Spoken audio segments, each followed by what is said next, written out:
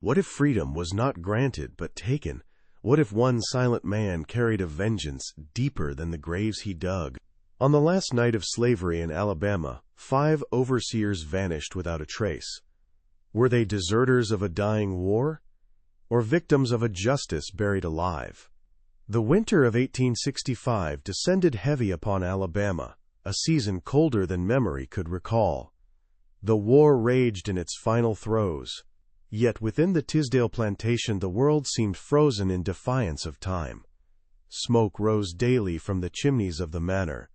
The cotton fields still bore the marks of toil, and the overseers carried their whips with the same rhythm as in years past, as if the winds of freedom sweeping across the nation could never reach this soil.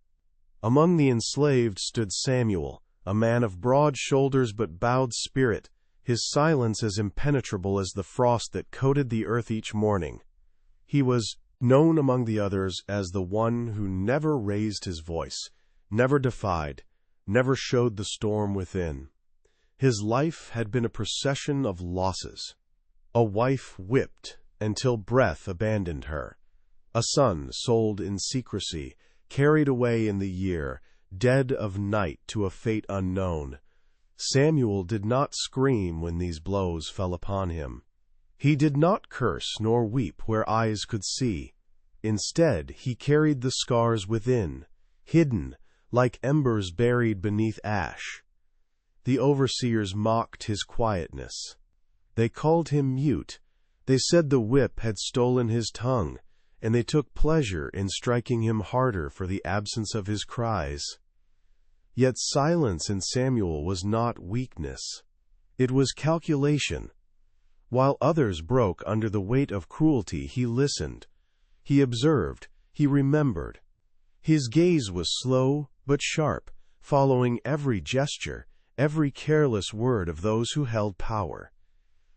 Whispers moved through the quarters like faint smoke. Rumors carried from one trembling mouth to another. The war was ending. Abraham Lincoln's proclamations had torn the old order, though on the plantation these words reached distorted, bent through the hatred of the masters. Some slaves dared to believe that freedom was near. Others feared that such hope was a cruel trick, another form of punishment. For Samuel, hope was not spoken aloud. Hope was dangerous. Hope was something you buried deep as the graves, dug for the broken. But he noticed the change in the men who watched over them. The overseers no longer carried themselves with the same easy arrogance. Their laughter had grown brittle, their threats sharpened by desperation. They whispered among themselves when night fell, drinking heavier, their eyes darting toward the horizon, as though a storm approached. Samuel heard fragments of their mutterings about Washington, about Lincoln, about a freedom they swore would never come without blood. In the final days of winter, the fields stood barren, but tension sprouted in their place, growing wild, unseen, yet undeniable. Samuel worked with his head lowered, hands steady, as though deaf to it all. Yet, within his silence, he counted each breath of unease, each word spoken in anger, each shift in the overseers' voices. He carried these fragments like stones in his chest, building something vast and heavy, though no one around him could see. It was the last winter of the old world, though none yet knew how close the soil was to being broken open, how near the night was to being swallowed by something far darker than frost. Night fell with a bitter hush, a silence that felt like breath held too long. The manor slept fitfully, but in the smokehouse a lantern burned low, feeding the whispering men with a circle of unsteady light. Samuel moved like a shadow along the edges of sound, carrying kindling as if the errand were endless, pausing where wind and wall might break his presence into nothing. Inside, the overseers drank rough whiskey that made their words turn jagged. They spoke of the war ending, of papers and proclamations that would make mockery of their years. They would not allow it, not here, not at Tisdale. They called it a game because men like them had never named cruelty by its true shape. They rattled dice in a pure cup, tossed bones across a board, scratched with chalk lines, carved lots into slivers of wood. Each mark meant a body. Each sliver meant a room to be entered, a name to be dragged into the yard before dawn. They laughed when they said cleaning, as if disorder were not their everyday labor. One of them, the youngest, bragged he would start with Miriam, the washerwoman, whose hands shook from old beatings. Another asked for the boy who ran too fast to be caught unless you scared him first. They bartered lives the way men trade tobacco. Samuel listened to the roll of numbers and the clink of metal beside glass. He memorized what the dice chose, the order the lots were drawn, the boasts that tied each man to a promise of harm. The eldest Redden took the quarter nearest the well. Hob with the limp claimed the sheds where tools were kept. Pike, Henry, and Wick finished their calls like hunters dividing a wounded field. The youngest said, "The mute first," and the others jeered that such prey would not make a story worth telling. Samuel learned the root of their malice. He learned it as one learns a prayer. In the quarters he had hidden a strip of lard-waxed cloth, a nub of charcoal, and a fragment of hymn. Between two loosened boards he had been writing a slow ledger of days, punishments, names, the hour the rooster cried when none should. Tonight he drew 5 strokes tall as fence posts. He did not hurry.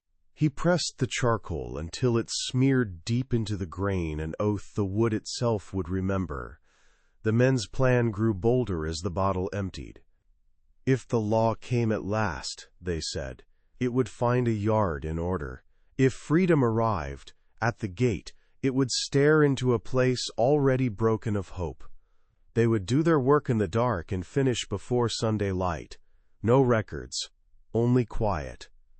Samuel heard the schedule inside their bragging, a circuit mapped by habit, a clock, wound by pride.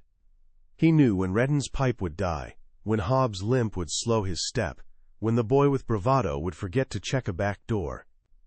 Before sleep, Samuel walked to the hard places of earth, where footsteps seldom lingered. He pressed a palm to the ground and read the damp like a scripture. The soil kept its own counsel, softer near the quarters, heavy with winter rot, stubborn beneath the pecan tree. He measured in strides where a man might fall, where a rope might tighten, where a mouth might open to speak and find only dirt for answer. No one saw him weigh the night. No one noticed the way he breathed as if counting. From the smokehouse came a last chorus of oaths, then chairs scraped, boots scuffed, and the lantern died. The game had fixed its rules. The dice had decided their path. Samuel's silence did not tremble. He slid the board back into place, blew the dust from his hands, and stood in the doorway of sleep like a sentinel. There were 5 marks on the timber, 5 names spoken into whiskey, 5 wrote through darkness that now belonged to him. And somewhere beyond the fields, the old orders shivered as if the wind itself had learned to wait. The weak bent toward a promise none dared name, and the plantation held its breath as if the air itself were rationed.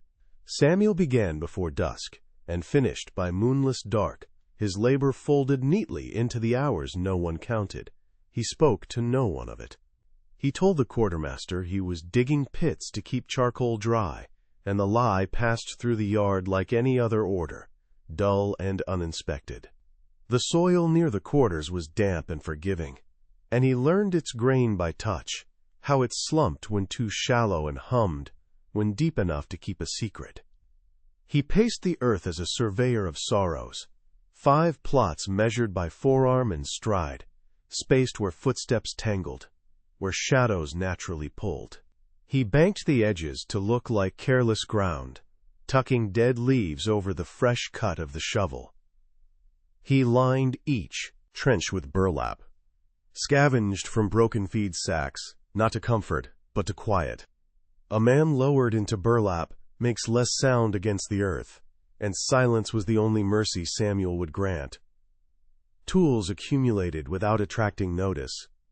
A coil of rope claimed from a snapped well line, a tapered stake carved from a plank that had once served as a punishment board. Nails rusted to a forgiving dullness, lard to oil a hinge, a scrap of cloth to blind a mouth without tearing it. Nothing holy, nothing theatrical. He chose the ordinary materials of the place, so their absence would be explained by the plantation's endless appetite for repair. At night, when the wind ran thin through the slats, he revisited his ledger. Behind the loosened boards, 5 tall marks waited like sentinels. Beside each, he pressed a letter. Not the overseer's initials. Those belonged to the registry of men, but the small names of harm they had authored. Miriam's name lived beside 2 of them, the boy's beside another. His wife's breath, the last rattled thread of it, stood written, not in words, but in a smear of charcoal, where his hand had trembled once and never again. He listened for confirmation, written in the overseer's bodies. The young one swagger, flattening into hangover at dawn, Hobbs' limp dragging a half-beat behind the others, Redden's pipe sputtering when he turned toward the sheds in the second hour after lights out. Their routines were stubborn as scripture. He would not have to invent a path for them to follow. They had already laid one brick by brick, patrol by patrol, cruelty by cruelty. When he tested the hinges of the quarters, they yielded with the soft apology of oil, doors that could open without telling on themselves. He salted a patch of earth to stiffen it, so a pair of boots would skid to hesitation where he needed them to falter. He tied a length of twine along a post at shin height, right where a braggart's stride would forget to lift. Nothing that would look like a trap to a sober eye. Everything that would become fate under a drunken one. The nights cooled and sharpened. From the distant road came snatches of talk about proclamations and armies, a church bell pealing in a town further than hunger could walk. The quarters took these sounds into their ribs and said nothing. Samuel did not pray for courage. He borrowed it from memory. He remembered the sound of cloth tearing when a body was tied to the whipping frame. He remembered the echo in the yard after the last cry. He remembered how the sky remained unchanged. Those remembrances steadied his hands as surely as any blessing. On the eve, when rumors said the new day would break different, he knelt to press a palm to each grave. The ground was cool and obedient. He counted backward from 5 until the numbers became only breath. The plan required no speeches, no fire, no crowd. It asked for patience, for timing, for the overseers to be exactly who they had always been. He rose, brushed the soil from his knees, and stepped into the corridor of sleep, where the quarters hushed their dreams. Behind him, the pits waited, quiet as closed mouths. Before him, the path through darkness laid itself like a sentence already written. The winter had not ended. It had only learned to bury what it could not forgive. Morning broke thin and gray, as if the sky itself resisted declaring the day. The overseers were gone.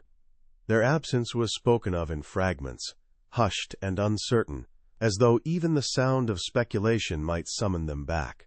The quarters held its breath, waiting for the crack of a whip that never came. The yard, usually restless with shouted orders, lay strangely hollow. Chickens pecked unbothered near the sheds, and the dogs circled without leash or command, bewildered by a silence that pressed deeper than any storm. The master of the plantation told himself the men had deserted. The war had drained loyalty, he said, and drink had lured them away. He barked this tale to anyone who would listen, though no one asked. He filled the air with his own story, as if speaking loudly could make it true. The slaves bowed their heads, not daring to reveal the glances they shared, not daring to let their silence grow heavy enough to betray what they knew. Samuel worked with the same stillness as before, his eyes low, his movements patient. Yet within him something vast had shifted. The ledger in the wall had 5 marks now crossed clean, blackened with finality. Seasons turned.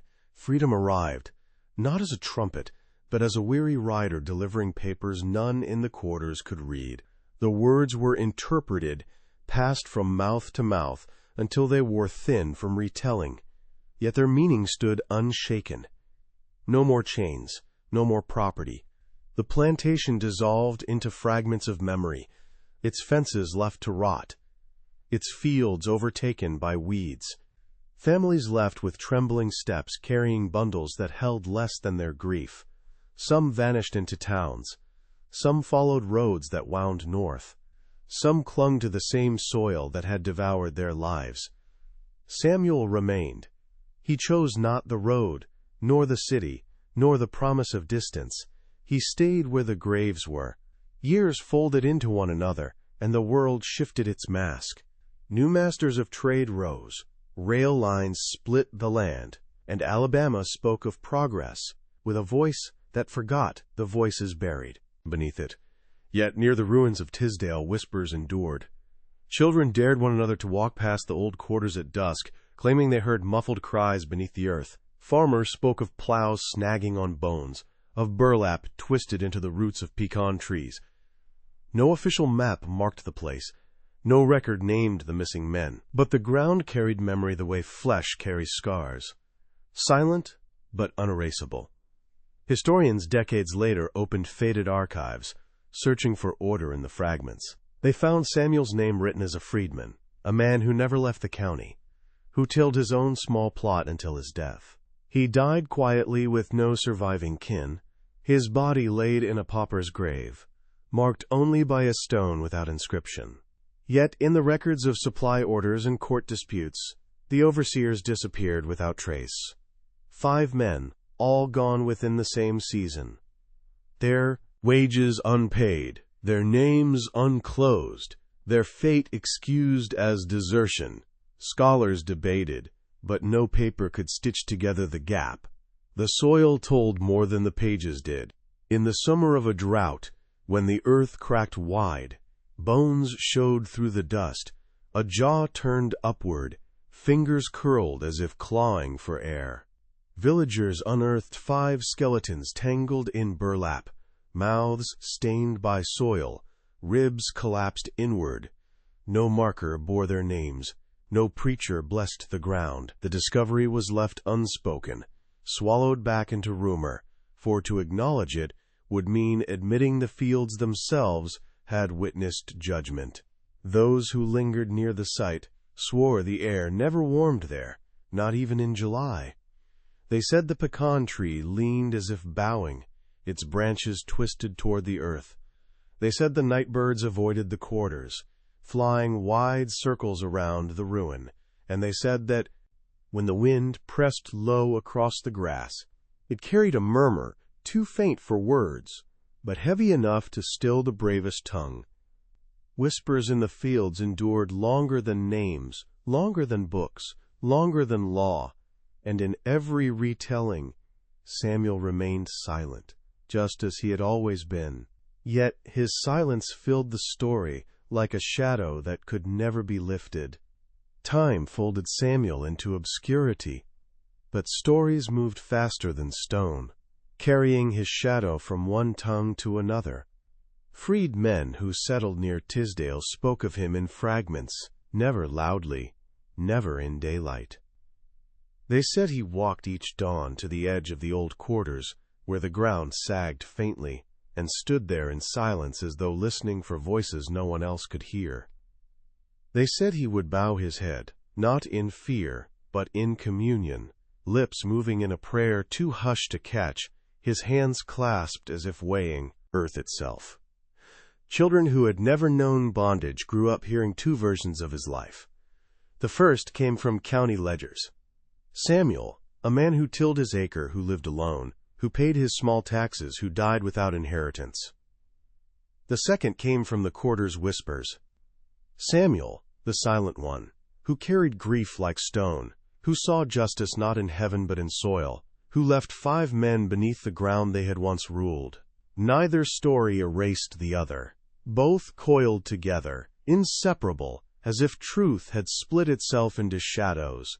Those who passed him on the road described an expression unreadable. Not bitterness, not peace, but something forged between.